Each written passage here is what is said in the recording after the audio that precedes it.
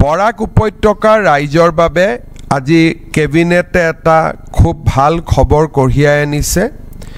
শিলচৰৰ যিটো main road আমি যাক NH 306 section from trunk road পৰা ট্ৰাংক ৰোড যাক আমি কেপিটেল পইণ্ট বুলিও কওঁ, কেপিটেল পইণ্টৰ পৰা ৰাংগিৰখিৰি পইণ্ট, এই গোটেই ৰাস্তাটো অত্যন্ত কনজাষ্টেড আৰু এই ৰাস্তাটো আটাইতকৈ গুৰুত্বপূৰ্ণ কাৰণ Silchar medical college NIT Assam university যাবলৈ এই ৰাস্তাটোৱে ব্যৱহাৰ কৰা হয়।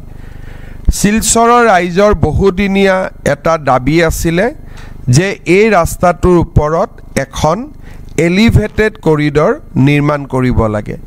ৰাজ্য চৰকাৰে আজি এই এলিভেটেড কৰিডৰ নিৰ্মাণৰ প্ৰকল্পটোক অনুমোদন জনাইছে আৰু এই প্ৰকল্পটো প্ৰায় 3.5 কিলোমিটাৰ দৈৰ্ঘ্যৰ হ'ব আৰু এই প্ৰকল্পটো নিৰ্মাণ কৰোঁতে আনুমানিক ব্যয় 564 কোটি টকা হ'বগৈ। ৰাজ্য চৰকাৰৰ কেবিনেটে আজি শিলচৰৰ এই এলিভেটেড কৰিডৰটো নিৰ্মাণ কৰিবৰ বাবে 564 কোটি টকাৰ অনুমোদন জনাইছে।